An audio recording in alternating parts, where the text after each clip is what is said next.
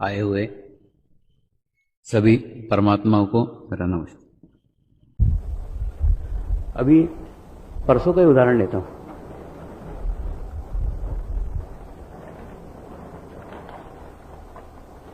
मेरा 6 तारीख को शाम को मुंबई जाने का टिकट निश्चित था। रेलवे से मुंबई जाने वाला था। 7 तारीख को शाम की फ्लाइट से मुंबई से राजकोट आने वाला था। मुंबई में इतनी बरसात हुई कि ये सब प्रोग्राम कैंसिल हो गया। मुंबई भी नहीं गया और मुंबई से राजकोट भी नहीं आया। ये गुरुदेव की इच्छा। 7 तारीख को सुबह कार से नवसारी से राजकोट आने को निकले। राजकोट के पहले एक गांव है चोटीला, गई बार भी आए थे। वहां एक पेट्रोल पंप है रिलायंस का। उस पेट्रोल पंप पे पेट्रोल भराने के लिए रुके। वहां से जीतू भाई को फोन किया, कैसी स्थिति है, आए कि नहीं आए, क्या देर से आए। जब ये ग्रीन सिग्नल देंगे तब हमारी गाड़ी आगे बढ़ती। तो रिलायंस के पेट्रोल पंप पे देखा, वहां कौवे उड़ रहे थे। 4 कर्मचारी थे और एक भी ग्राहक नहीं था। हम गए, चारों ने बड़ा आओ भगत किया। फिर उन्होंने बताया, हमारा रेट ना पेट्रोल का दूसरों से ज्यादा है, इसलिए हमारे यहां कोई आता ही नहीं, आप ही पहले ग्राहक हो। कुछ नहीं, गाड़ी में पेट्रोल भराया, उनके कैंटीन में गए, कैंटीन में भी वही हालत। उनके कर्मचारी गिल्ली डंडे खेल रहे थे बाहर, कोई कैंटीन में भी कोई नहीं था। कुछ नहीं, ये लोग अंदर गए चाय पीने के लिए। मैं अपना कार में बैठा हुआ था और एकदम याद आई कि जब राजकोट शिविर के दफे आए थे कितनी भीड़ थी पेट्रोल पंप पे। अच्छे क्वालिटी का पेट्रोल मिलता है, अच्छा पेट्रोल पंप पे कितना कैंटीन के अंदर भीड़ था। तो अनायासी अंदर से प्रार्थना निकल गई, अंदर से प्रेयर निकल गई कि वही दिन इसके वापस लौट आए।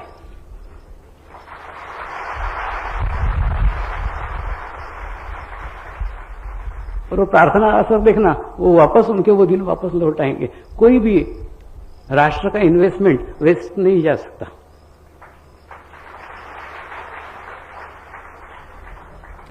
तो कुछ नहीं, अब इधर से आने का उद्देश्य क्या था स्पष्ट हो गया।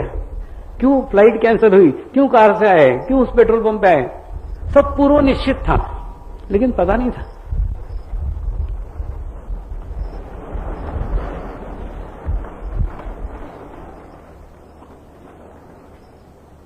तो सदैव एक सकारात्मक वाइब्रेशन, एक सकारात्मक एनर्जी सदैव बहते रहती है।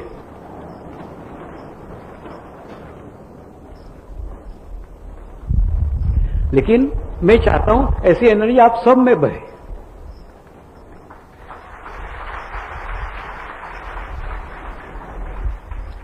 लेकिन दूसरे के लिए आप तब सोच सकते हो जब आप आपके लिए सोचोगे नहीं। आपको आपके मायाजाल से बाहर निकलने का है। थोड़ा इसका रहस्य आपको बताता हूं। इसके अंदर खाली करके ही सब कुछ मिलता है, मांगने से कुछ नहीं मिलता। पहले अपने आप को खाली करो, निखालस करो, उसके बाद में परमात्मा ही आपके भीतर से बहेगा। आपको भी मिलेगा, दूसरों को भी मिलेगा। आप माध्यम बन जाओगे हजारों लाखों लोगों के। लेकिन उसके लिए निखालस बनना पड़ेगा, खाली बनना पड़ेगा। कोई भी समस्या, कोई भी प्रॉब्लम, कोई भी कुछ आपको मिलना चाहिए, ये भी नहीं होना चाहिए। इतनी छोटी से छोटी बात बताऊं, मेरे ही ध्यान की अच्छी स्थिति होना चाहिए, वो भी मत रखो। ये भी अपेक्षा है, ये भी ध्यान की आसक्ति है। जीवन में कोई आसक्ति नहीं चाहिए। देखो, इसके अंदर आधा पार्ट मेरा है, मैंने मेरा पार्ट संपन्न कर दिया, आधा रोल आपका है। आधा पार्ट ये है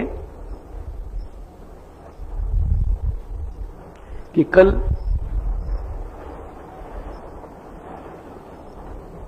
गुरु पूर्णिमा में आपका भूतकाल में सर्वस्व ग्रहण कर लूंगा।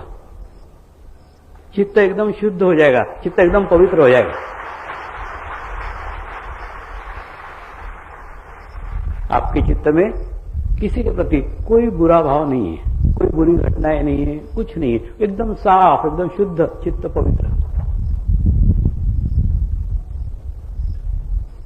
यानी आधा पार्ट 50-50 है। देखो, मैं आपके लिए और आप मेरे लिए एक दूसरे के पूरक है, एक दूसरे अलग अलग होके किसी का कोई अस्तित्व ही नहीं है।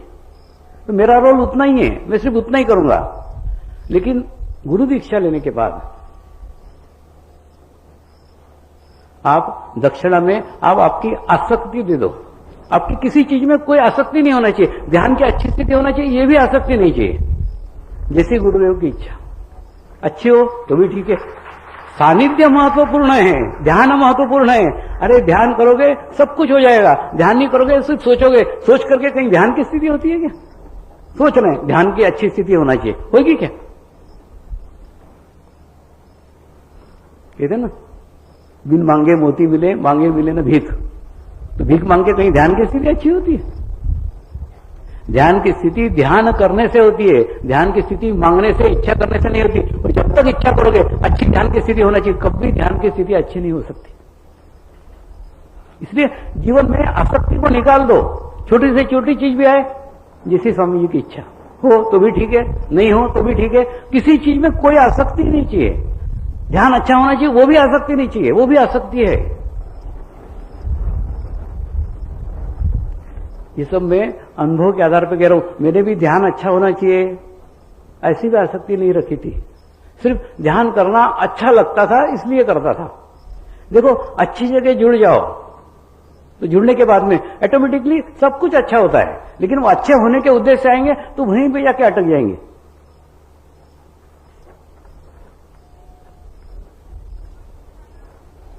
मैं कई साधुओं के इन एंड आउट्स आज आपको बताता हूं।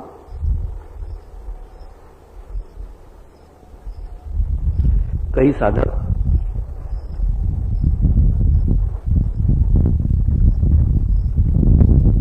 ट्रस्ट में दान 1 रुपया इसलिए करते हैं कि 100 रुपये मिलना चाहिए करके।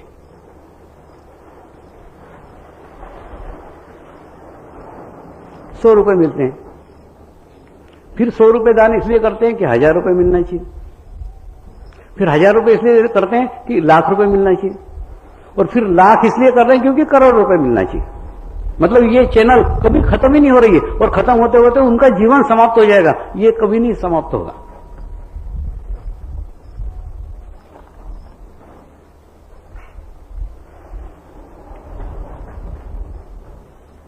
तो दान भी किसी आसक्ति से मत करो। जिसे आप कल्पना करो, आपके घर में आपकी बूढ़ी मां है। बूढ़ी मां कोई काम की नहीं, आपके बच्चे नहीं संभाल सकती है, आपका घर का काम नहीं कर सकती, कुछ नहीं, खटिया पकड़ के बैठी हुई है। ज्यादा ज्यादा थोड़ी बहुत चल फिर लेती, कुछ भी नहीं करती।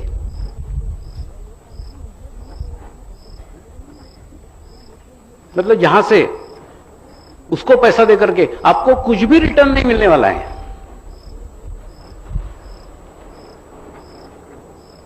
मतलब अच्छे हो गए ना आपके बच्चे संभालने वाली है, ना अच्छा हो के आपके घर का काम करना है, वो कुछ भी नहीं करने वाली है। आपके जीवन में उससे कोई फायदा नहीं है, आपको दिख रहा है।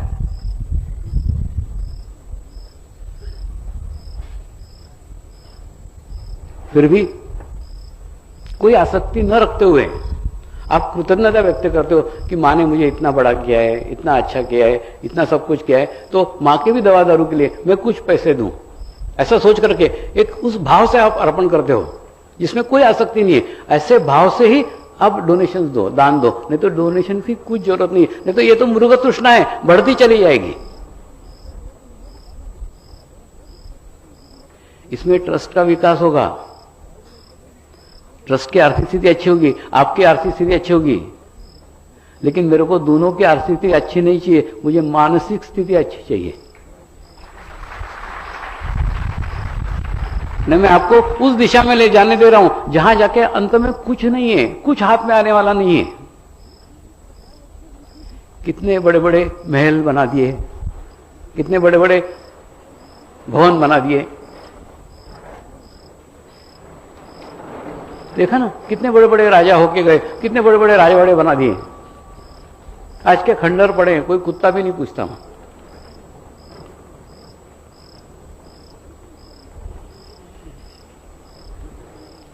तो एक निर्जीव वस्तु से निर्जीव चीजें निर्माण की सकती है, सजीव नहीं। दूसरा, इन ट्रस्टियों को एक और बात बताई थी, वो फिर आपको भी बताता हूं।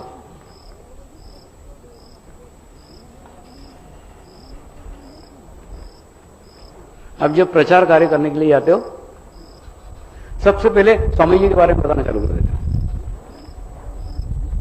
फिर पंथ के बारे में बताना चालू कर देते हो, कितने सेंटर से कितने लोग हैं, कितने हजार लोग अटेंड करते हैं, कितने देशों में। उसके बाद में आखिरी में जाके ध्यान के ऊपर बात करते हो। तो इस प्रक्रिया को एकदम उलट दो, एकदम गलत प्रक्रिया है। आप सबसे पहले ध्यान के ऊपर बात करो। आप सोचो ना, समर्पण ध्यान पद्धति जिसने निर्माण की होगी वो आज तो नहीं है, वो व्यक्ति भी नहीं है, वो पंथ भी नहीं, कुछ भी नहीं है।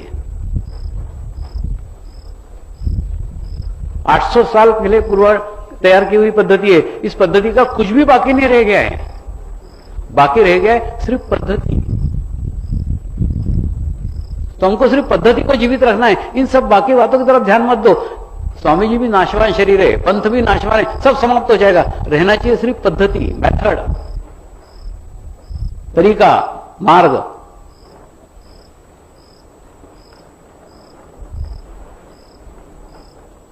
भारतीय संस्कृति की विश्व के लिए एक बहुत बड़ी धरोहर है वो ध्यान, जो मनुष्य को मनुष्य के साथ जोड़ता है। आज दुनिया भर के देशों में जाने के बाद सब जगह एक ही अनुभव देखा है। सब अलग अलग कर सकते हैं, सिर्फ एक ही है ध्यान। ध्यान ही मनुष्य को मनुष्य से जोड़ता है। इसीलिए हमारे पूर्वजों ने वसुंधैव कुटुंबकम की कल्पना कही थी। सारा विश्व एक कुटुंब है, एक परिवार है। लेकिन वो परिवार तब परिवार बन सकता है जब सब लोग ध्यान करें, सब लोग मेडिटेशन करें।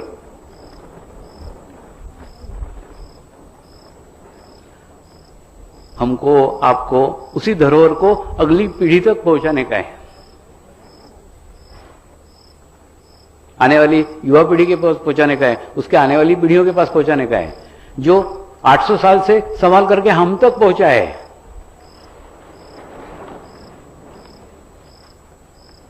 मुझे प्लेटफॉर्म मिला अलग बात है, कि इतने बड़े स्तर के ऊपर कार्य हुआ अलग बात है। लेकिन ये पद्धति मेरी निर्माण की हुई नहीं है, ये पुरानी पद्धति है। मैंने बताया ना, मैं रसोईया नहीं हूं, मैं वेटर हूं, आपके सामने परोस रहा हूं। ये मेरा बनाया हुआ नहीं है। तो जिन्होंने इसे बनाया, जिन्होंने इसे संजोया, जिन्होंने इनको संभाला, 800 साल तक संभाला।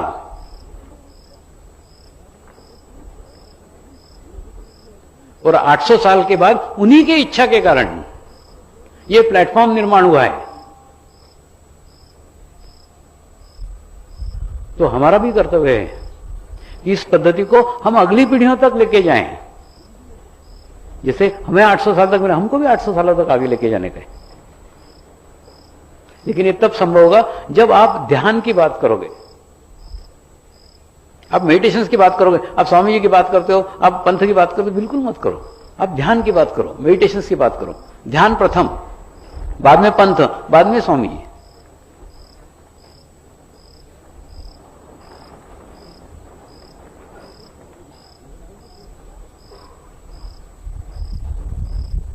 पद्धति महत्वपूर्ण है।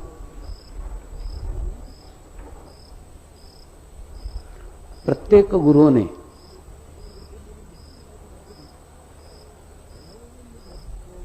अपने जीवन काल में जो कुछ उन्हें मिलाया उसको संभाल करके रखा है और उपयुक्त समय आने पे दूसरों को दिया है।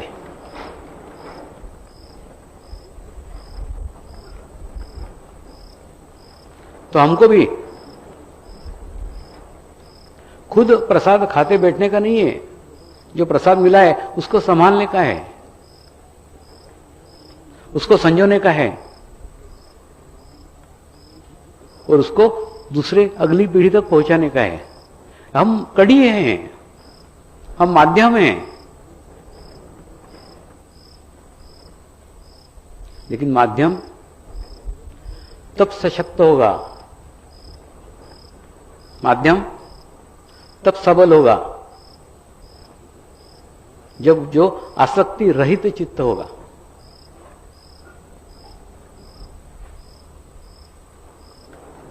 आपको लग रहा होगा आज इतने साल बाद स्वामी जी ने आसक्ति का क्या पकड़ लिया विषय। इसलिए पकड़ा है क्योंकि मैं देख रहा हूं पुराने साधकों पे 4-4 साल 5-5 साल खूब मेहनत की है, चित्त शुद्ध किया, चित्त पवित्र किया, सब गाड़ी जाके अटक रही आसक्ति में।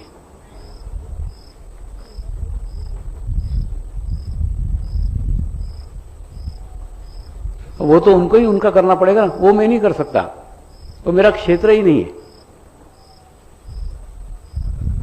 मतलब अगर आप मूर्ति होते तो ये संभव है, मूर्ति को चार्ज करना एकदम आसान है, मनुष्य को बहुत कठिन है। कैसे समझाता हूं, जैसे समझ लो एक मूर्तिकार ने एक मूर्ति का निर्माण किया, कुछ नहीं, सबसे पहले कुछ दिनों तक उस मूर्तिकार के दोष, उस पत्थर के दोष निकालना पड़ते हैं, यानी उस मूर्ति का पास्ट क्लियर करना पड़ता है, स्वच्छ करना पड़ता है, पवित्र करना पड़ता है। तो आधे दिन साधना उसके ऊपर की जाती है। जो प्राण प्रतिष्ठा समारोह होता है ना, उसमें आधा पार्ट ये है। एक थोड़ी कारागिर बनाता है, 8-10 कारागिर बनाते हैं, उनके कैचेस, उनका इफेक्ट सब उस मूर्ति में रहता है। जिस पत्थर जहां से आया उस पत्थर का भी अच्छा बुरा इफेक्ट रहता ही है। और दूसरे पार्ट में उसको चैतन्य पूर्ण करना पड़ता है, चैतन्य से भरना पड़ता है। तो वो दोनों पार्ट करना आसान है। वो इसलिए आसान है कि उस मूर्ति में भरा गया चैतन्य स्थायी होगा।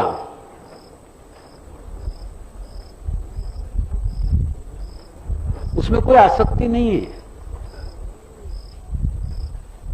आसक्ति नहीं है तो जो कुछ है वो स्टोर रहेगा वहां पे।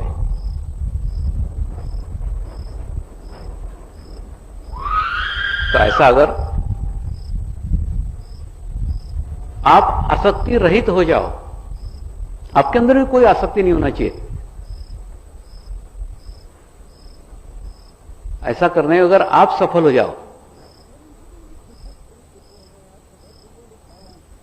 ऐसा करने में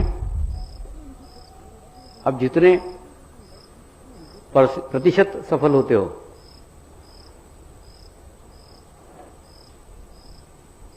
उतने ही प्रतिशत अब जल्दी आध्यात्म में आगे आओगे।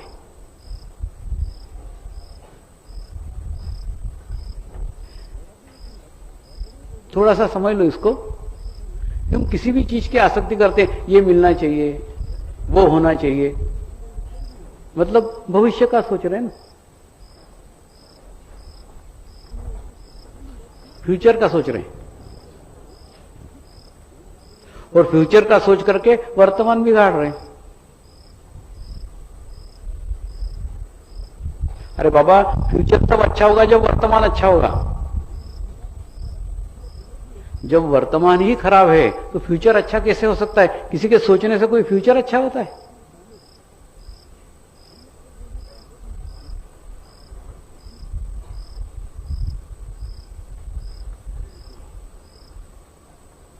तो किसी भी चीज की इच्छा करके, किसी भी चीज का मोह करके, मैं आपको एक गलत रास्ते पे ढकेलना नहीं चाहता। मैं शुरू में 1-2 बार आपको चॉकलेट देता हूं, तो सिर्फ चॉकलेट इसलिए देता हूं कि आपको विश्वास बैठे कि इस पद्धति से भी हो सकता है, लेकिन उसी को पकड़ करके मत बैठो। हो गया ना? कितने बार टेस्ट करोगे? 1 बार 2 बार हो गया? क्या टेस्ट करने में अपना जीवन व्यर्थ कर लोगे?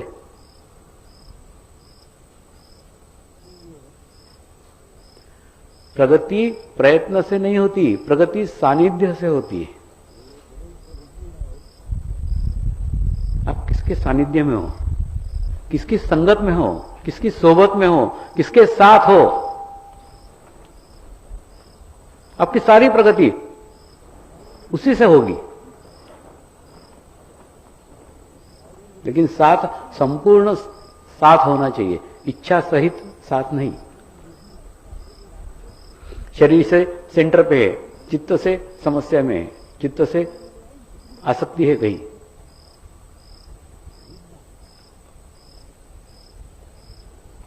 आसक्ति से आप अपने आप को कमजोर कर लेते हो, आप अपने आप को वीक कर लेते हो। और कमजोर आदमी आपके भी काम का नहीं है, दूसरे के भी कोई काम का नहीं।